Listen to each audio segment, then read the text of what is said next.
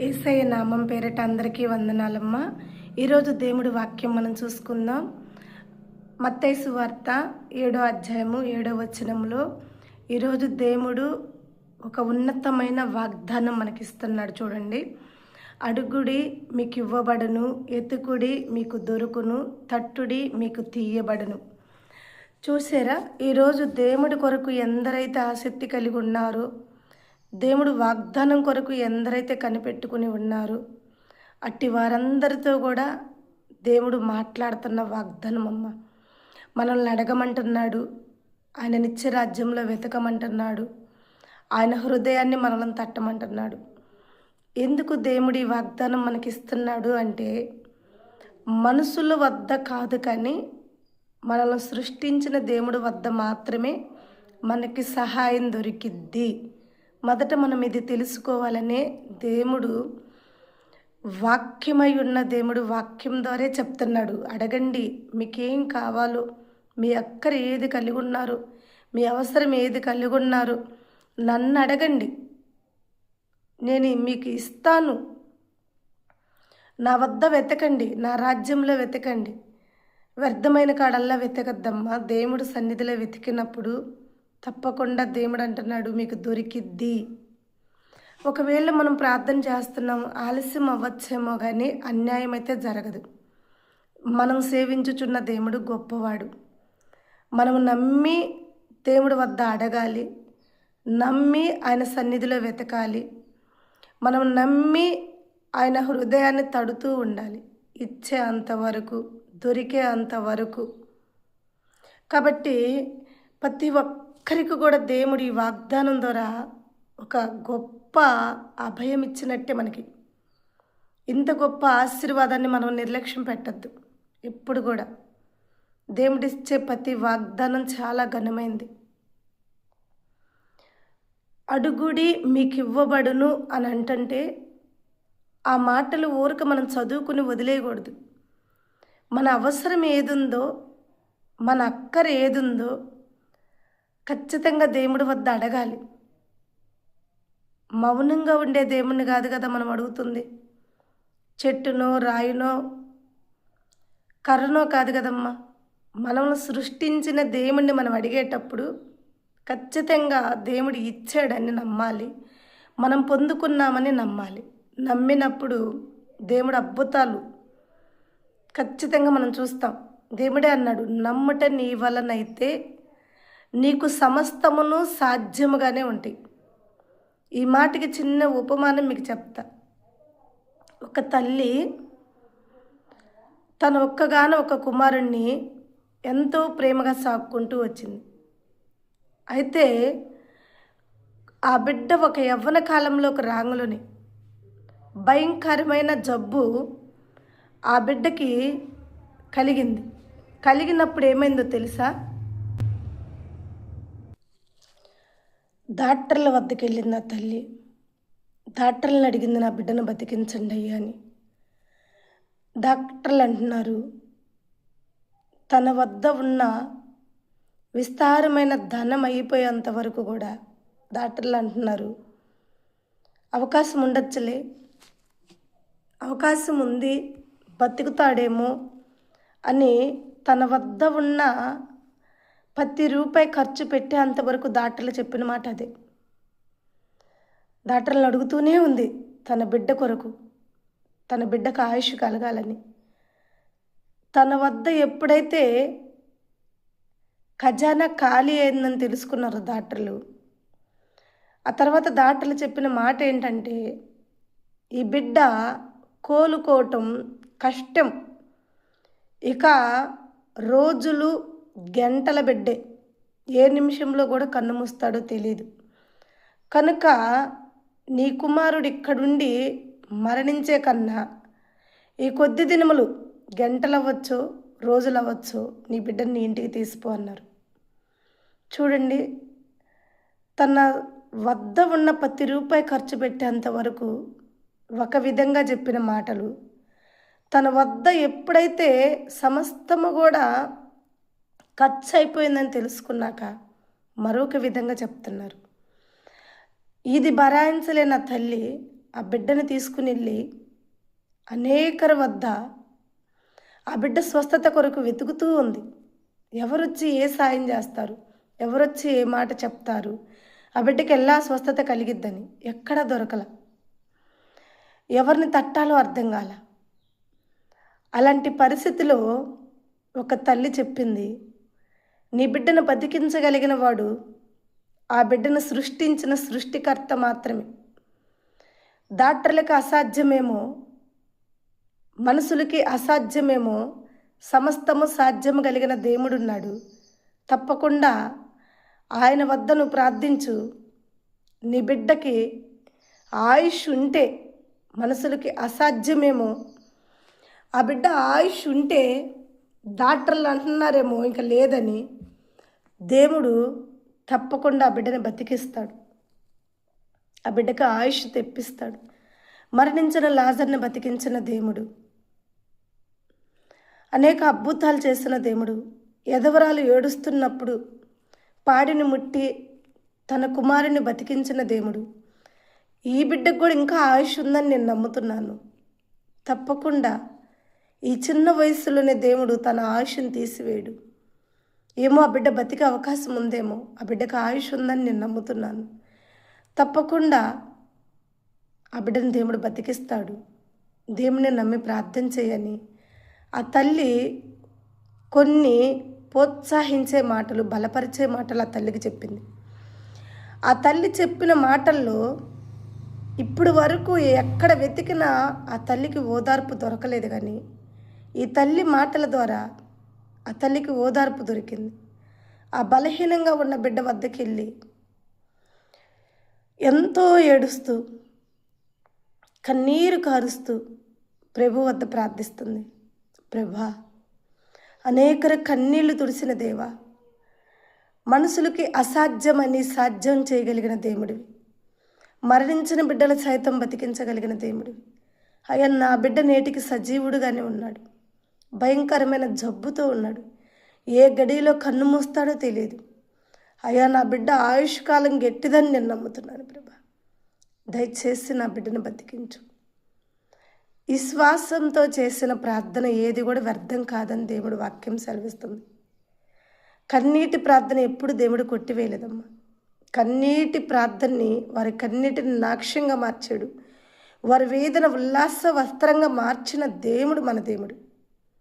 ఎప్పుడైతే వీళ్ళు ప్రార్థించారు, ఎప్పుడైతే ఆ తల్లి కన్నీరుతో ప్రార్థిస్తుందో, అయ్యా నేను ఒక అనాథని, ఒక్కగానొక్క బిడ్డను పెట్టుకుని బతుకుతున్నా, భర్త చనిపోయాడు, నా అన్నవారు ఎందరు ఉన్నా నేను అనాథని, ఎంతో కన్నీరు కాదిస్తే ఆ కన్నీళ్ళు చూసిన దేవుడు ఏడ్చి ఏడ్చి ఏడ్చి కన్నీరు కార్చి కార్చి కార్చి ఆ తల్లి అలాగే ఆ బిడ్డ మంచం వద్ద అలాగే వాలి నిద్రపోయింది.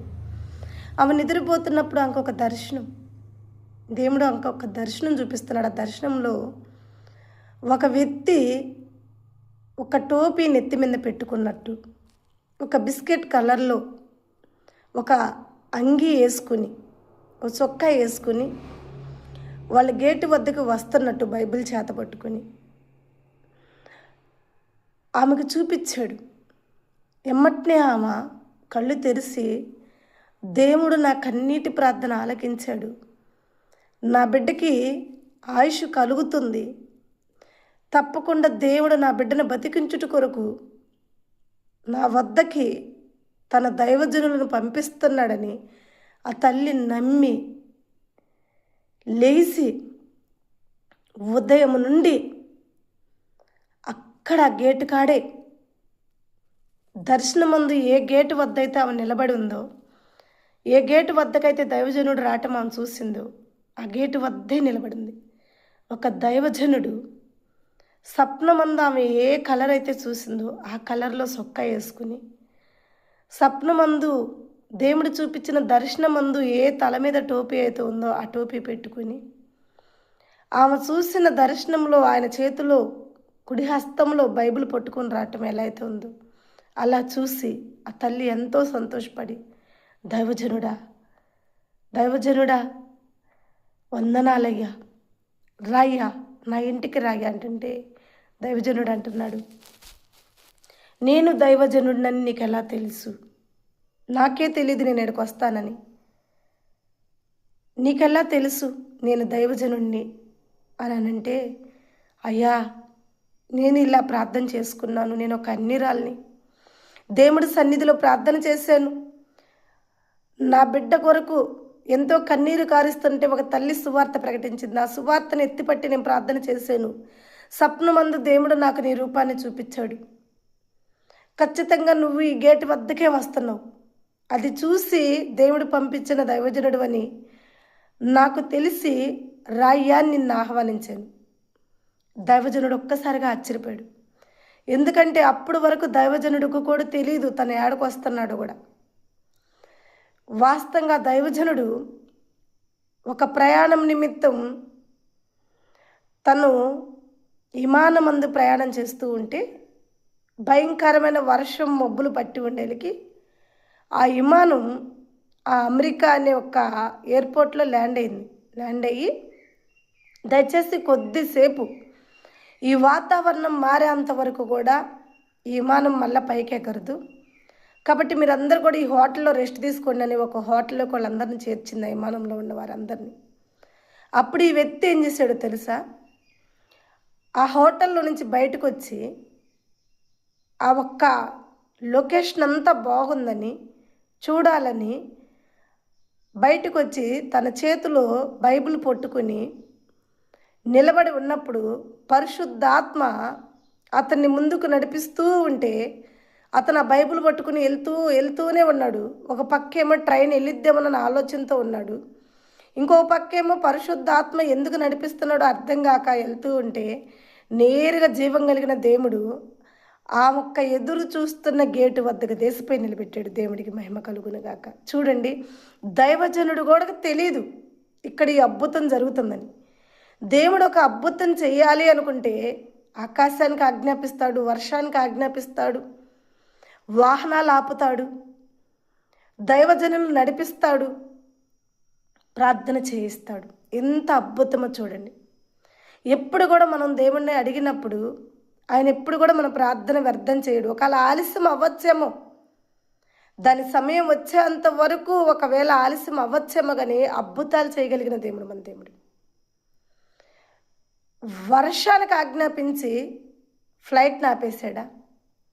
దైవజనుడు బయటికి రావటానికి అతను ఆ లొకేషన్ చూడటానికి బైబిల్ చేతపట్టుకుని రావటమైంది, ఆ తల్లి అక్కడ నిలబట్టమైంది. మరి ఆ హోటల్లో నుంచి అతను ఎంత దూరం నడిస్తే ఆ ఒక్క గేట్ వచ్చి ఉంటుంది. ఇదంతా కూడా దేవుడు ఒక అద్భుతం. వినటానికి చెప్పటానికి ఎంత ఆశ్చర్యంగా ఉందో తెలియదు, కానీ దేవుడు చేసే కార్యాలు మాత్రం అంత ఆశ్చర్యకరంగా ఉంటాయి. ప్రియమైన బిడ్డలారా, నమ్మి ప్రార్థన చేస్తున్నప్పుడు దేవుడు ఏదైనా చేయగలుగుతాడు, ఎలా అయినా చేయగలుగుతాడు. మనకి అసాధ్యం ఇది, కానీ నా దేవుడికి సమస్తము సాధ్యమే. ఆ తల్లికి ఆ దైవజనుడికి ఇద్దరు కూడా ఆశ్చర్యపోయే రీతిగా జరిగింది ఇది. ఎమ్మటనే ఆ దర్శనం ప్రకారంగా ఆ తల్లి లోపలికి ఆహ్వానించింది. దేవుడు ఆత్మ నడిపింపు ప్రకారంగా దైవజనుడు లోపలికి వెళ్ళాడు.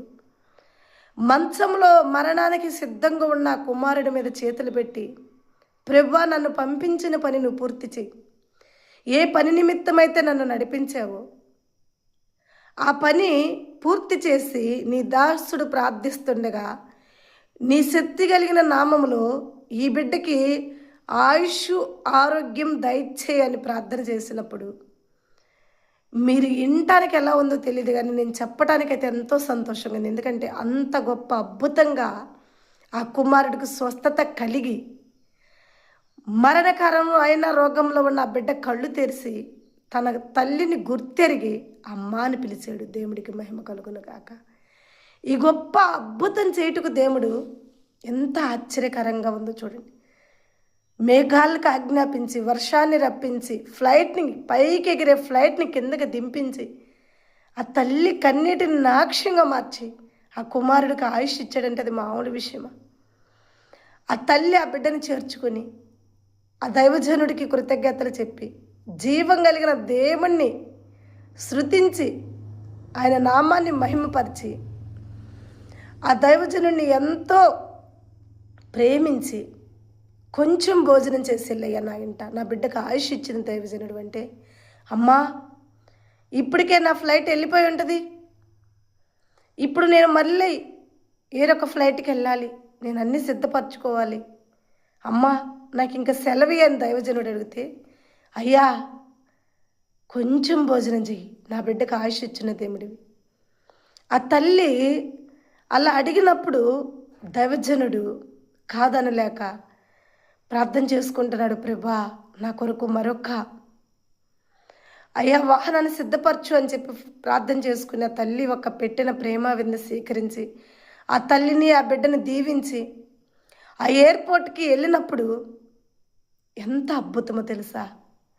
ఏ ఫ్లైట్ అయితే వెళ్ళిందని దైవజనుడు బాధపడుతూ వచ్చాడో ఆ ఫ్లైటు దైవజనుడు కొరకు సమీపంగా ఉంది. ఒక్క ఆశ్చర్యం అయితే దేవుణ్ణి వర్ణించలేం. ఎన్ని ఆశ్చర్యాలతో దేవుణ్ణి ఎలా వర్ణించాలో చెప్పండి మీరు. ఎంత గొప్ప అద్భుతం చేయగలిగిన దేవుడు. అక్కడ దైవజనుడికి ఇబ్బంది కలగలేదు, ఆ తల్లి కన్నీటి ప్రార్థన కొట్టివేయలేదు, ఆ కుమారుడికి మరణము రానిలేదు. ఎంత గొప్ప అద్భుతం చేశాడు నా దేవుడు. దైవజనుడు వచ్చేంత వరకు ఫ్లైట్ని ఆపాడు, ఆ తల్లి బిడ్డ బతికేంత వరకు కూడా ఫ్లైట్ని ఆపాడు, వర్షాన్ని నడిపించాడు, దైవజనుడిని నడిపించాడు. చూడండి ప్రియమైన బిడ్డలారా, ఈ సాక్ష్యం వింటున్నప్పుడు మీకు ఒక ఆలోచన రావాలి. ఆ తల్లికి చేసిన దేవుడు మనకి చేయడా? ఆ తల్లి పొందుకున్న అద్భుతాలు మనం పొందుకోలేమా? అది ఏ విషయంలోనైనా కావచ్చు, అప్పుల విషయంలోనైనా, అనారోగ్య విషయంలోనైనా, శత్రువులతో యుద్ధం చేయలేకపోతున్నా, శ్రమలు సహించలేకపోతున్నా, ఎన్ని కష్టాలున్నా, ఎన్ని బాధలున్నా వాటిని భరాయించలేకపోతుంటే నా దేవుడు ఈరోజు నీకు ఇచ్చిన వాగ్దానం ఎంత గొప్పదో తెలుసా. అడుగుడే మీకు ఇవ్వబడను. నీకేం కావాలో అడుగు. విడుదల కావాలా? శత్రువుల చేతిలో నుంచి నీకు విడుదల కావాలా? శ్రమల చేతిలో నుంచి నీకు విడుదల కావాలా? వ్యాధి రోగం చేతిలో నుంచి నీకు విడుదల కావాలా? అప్పుల భారం నుండి నీకు విడుదల కావాలా? నా దేవుడు అంటున్నాడు, అడుగు ప్రతివాడికి ఇవ్వబడును. హల్లెలూయా.